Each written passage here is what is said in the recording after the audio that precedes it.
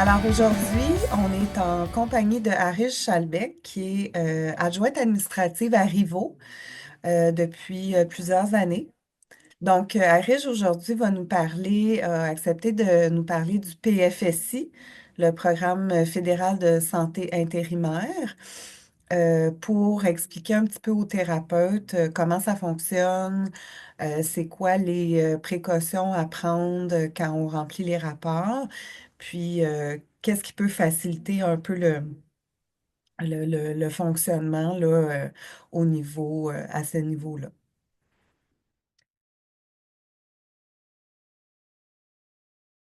Le PFSI il couvre toujours les demandeurs d'asile, Mhm. aussi les réfugiés réinstallés au Canada. Elle OK. couvre aussi les résidents permanents comme temporaires, comme le humanitaire. Et OK. aussi, il couvre les personnes qui viennent ici comme demandeurs d'asile et acceptées, mais seulement à le la première année.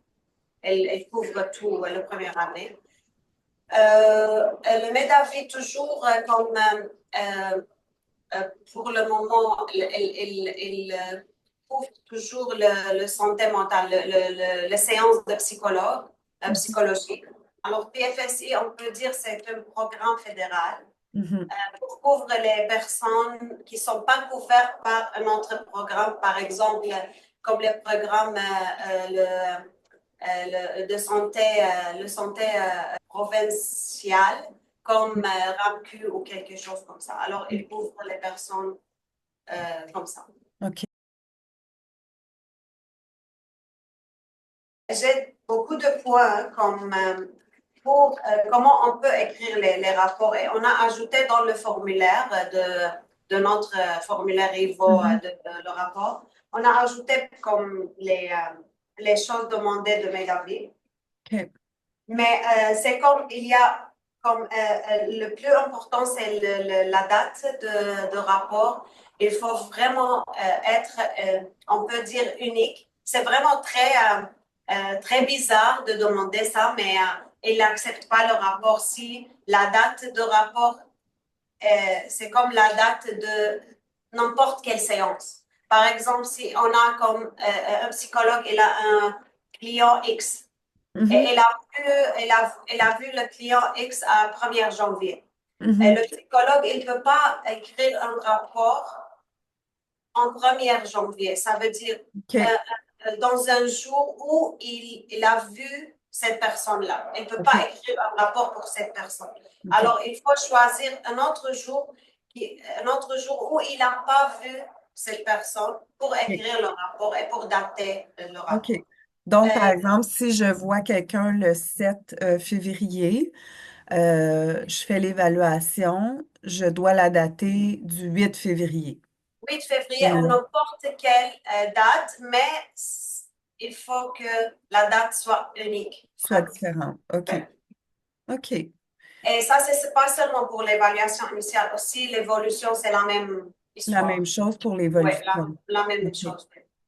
OK. Et OK. il y a aussi, il demande toujours, comme j'ai dit avant, le technique utilisée avec le client.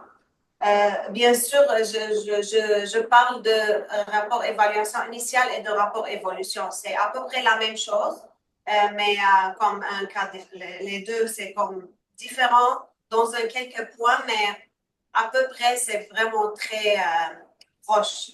OK. Alors, aussi les plans de traitement détaillés, ça Mhm. c'est aussi très important pour le MEDAVI. Les diagnostics, il peut ajouter le symptôme ou comme les codes de symptômes qu'on a écrit sur sur le formulaire de rapport qu'on envoie au psychologue chaque fois qu'on Mhm. réfère à quelqu'un.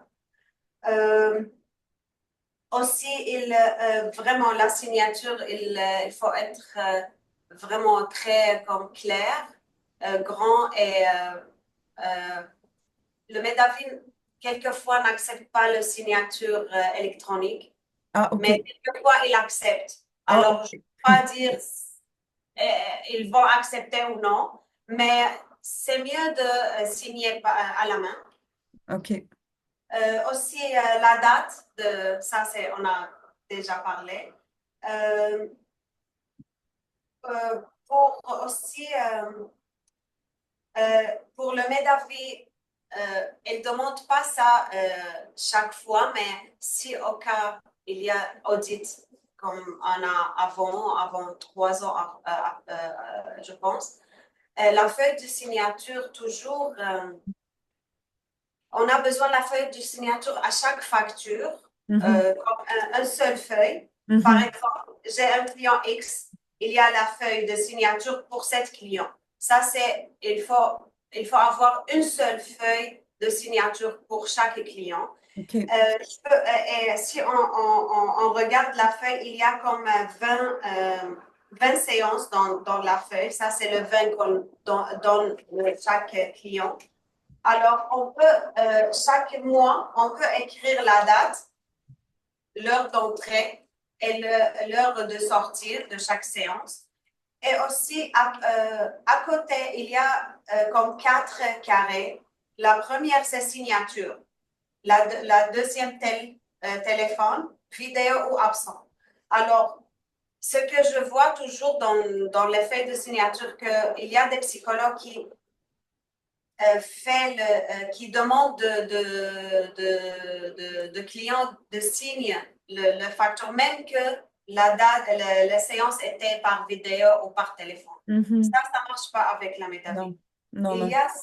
Il faut choisir une de ces 4 cas-là. Ou présentiel, alors il signe, ou par téléphone, on coche le téléphone, par vidéo, la même chose, ou absent. On ne peut pas écrire les deux ensemble. On ne peut pas écrire téléphone et signer Et faire après, signer. à côté Oui, du téléphone. absolument.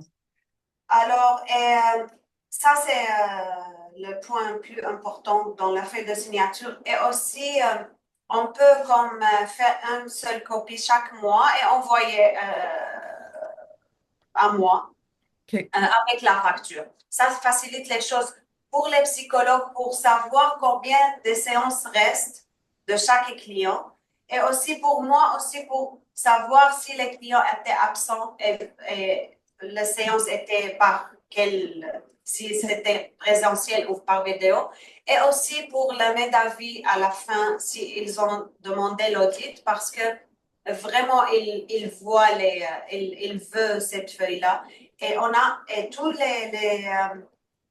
les choses demandées de cette feuille, dans cette feuille, c'est pas nous qui demandons, c'est le MEDAVI. Il a OK. dit qu'il a besoin vraiment l'heure d'entrée et l'heure de sortir et les 4 catégories qui suivent ça.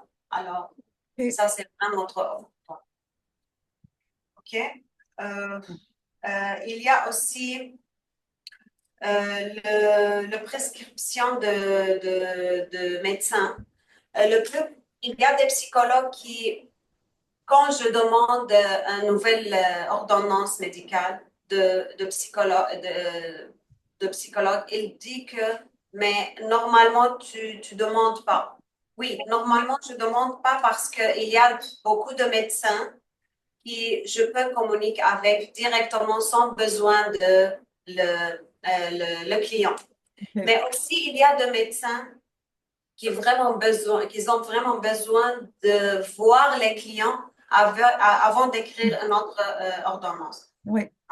Dans ce cas-là, j'ai besoin de leur rapport d'évolution pour que je puisse, moi, de mon côté, envoyer ça au médecin, Médecin. demander l'ordonnance. Mhm. Et le client, il faut aussi aller voir où, au moins, comme parler au téléphone avec le médecin pour que le médecin accepte de nous donner l'ordonnance. Mhm. Je pense que les deux ensemble, ça sera vraiment très bon comme façon pour obtenir l'ordonnance médicale.